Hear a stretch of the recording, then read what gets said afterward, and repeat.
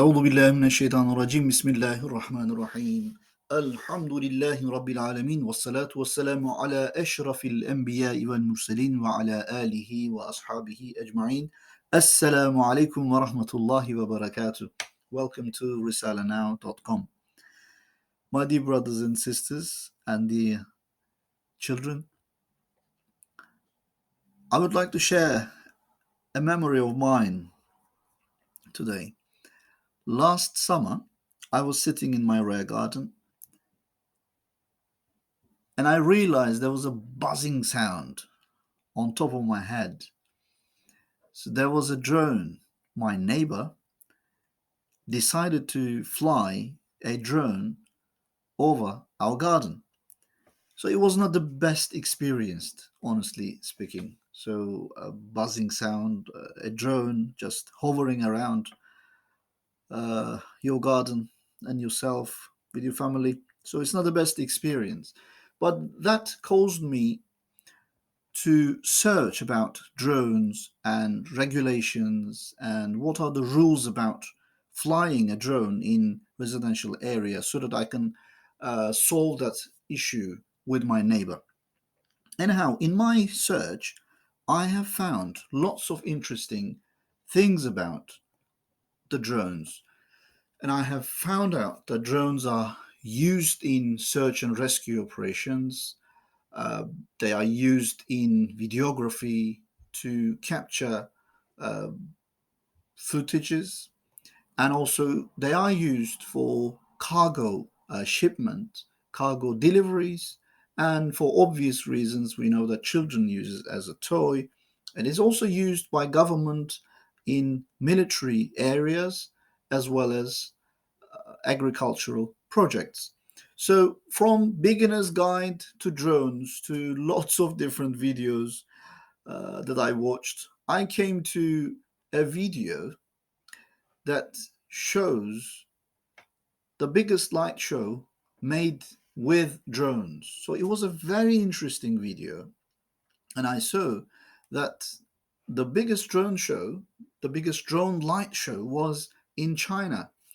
So recently, a private company broke four Guinness World Records, two of which were the largest number of 5,164 drones flying simultaneously.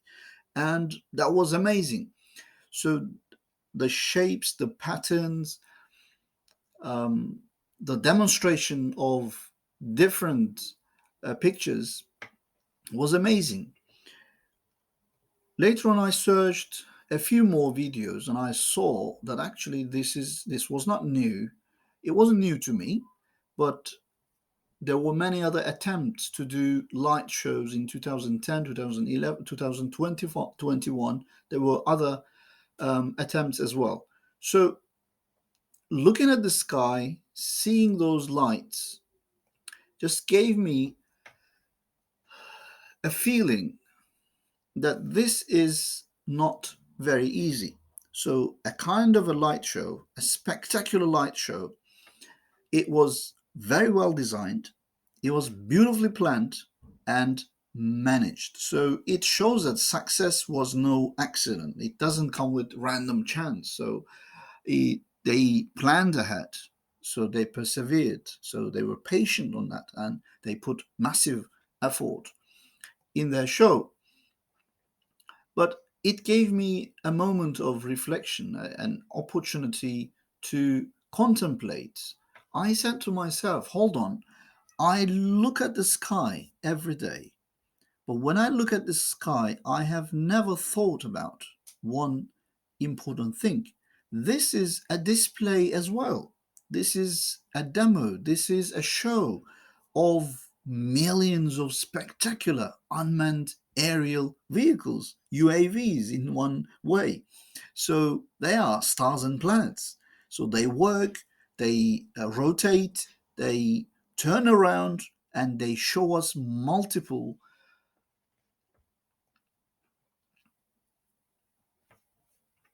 significant shapes. So, this divine light show, I came to a conclusion that this divine show has a designer as well. and it has a planner and it has an operator, just like the previous design, the previous light shows.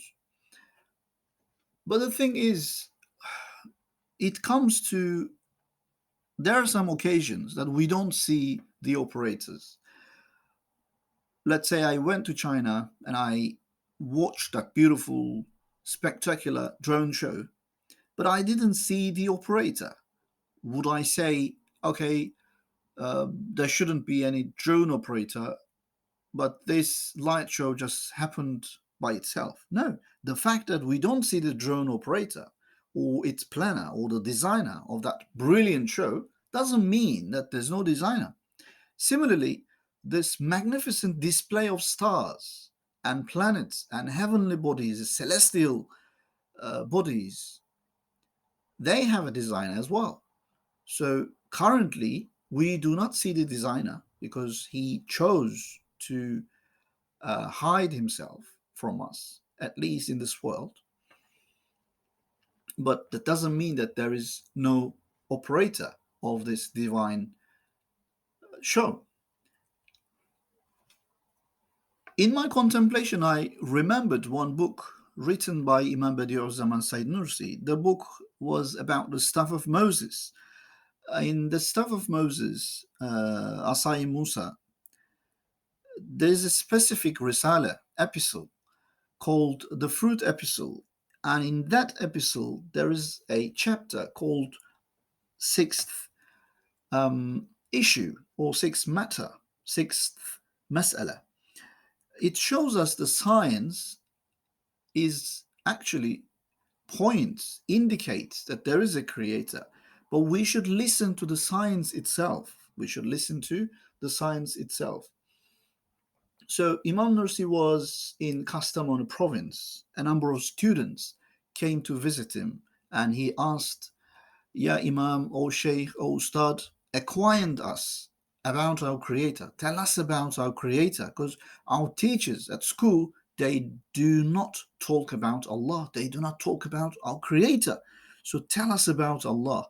And he said, every branch of the sciences that you study at school continually, at all times, talks in its particular language about Allah. So every single science, every single branch of science actually talks about Allah, and it introduces the creator, Al-Khaliq, to us.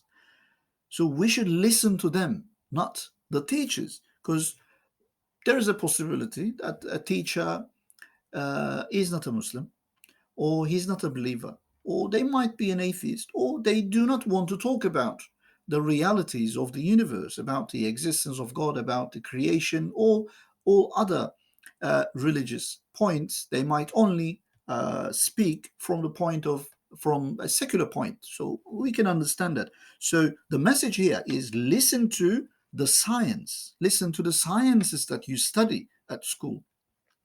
Let's take the science of electricity. Let's say we talk about electricity. Imagine that there is a magnificent, brilliant, extraordinary city with millions of moving electrical lamps. So imagine a city, there are thousands and millions of lamps, the lightning system, a network, but they are not fixed. They are moving around, roaming around everywhere. So that precision and calculation to put that system and that network in order is not very easy. So it needs an electrician of towering ability who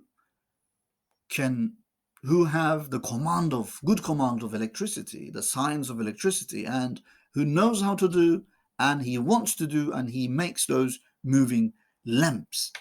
So that tiny little example gives us a clue about the universe as well. So similarly, Imam Nursi goes on, the lamps that are stars within the city of this earth, if we take this earth just like a city, in the ceiling of the palace of this world are, according to the science of cosmography or astronomy, 1,000 times greater than the globe of the earth and move 7 times faster than a cannonball. So there are stars, there are planets, there are very many celestial bodies which are far bigger, massive than our own world. And when we look at them, their order is not ruined, nor do they run into one another, nor are they extinguished, nor do they run out of fuel. Subhanallah.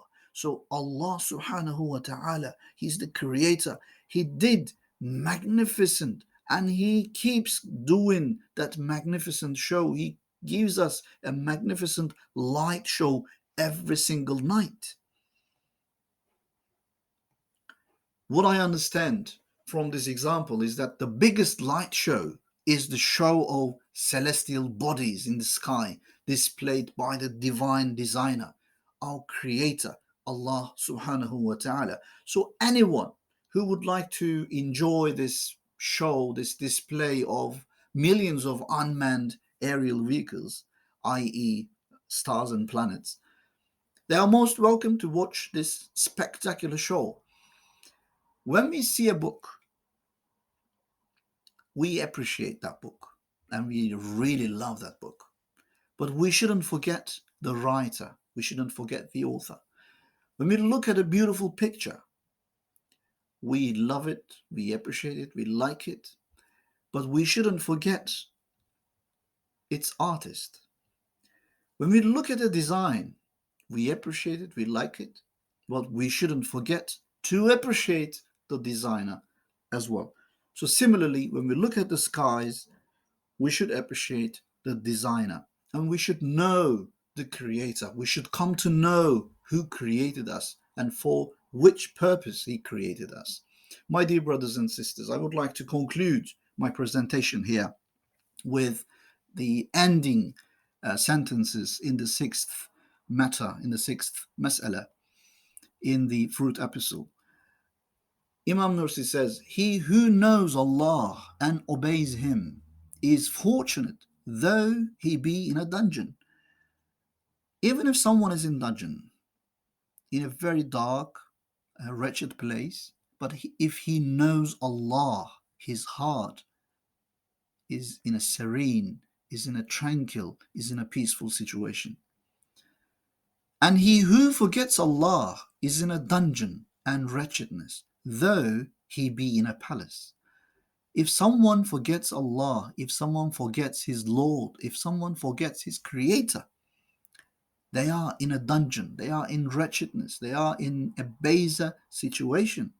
Even if they are in a palace, even if they are in a very relaxed, in a very comfortable situation, their heart is in a dungeon and their ruh, their spirit is not feeling well. So my final sentence is, my dear brothers and sisters, we should know Allah and we should follow His rules and we should try to have contemplation when we look at the universe, understanding from this very risala, we look at the universe and get lessons. So here is the final slide. I would like to remind my brothers and sisters to follow us for more videos and presentation and daily reminders. Please follow us on YouTube, and you can follow us on Facebook and Twitter, as well as other social media platforms. Thank you so much for listening to us. Assalamu alaikum wa rahmatullahi wa barakatuh.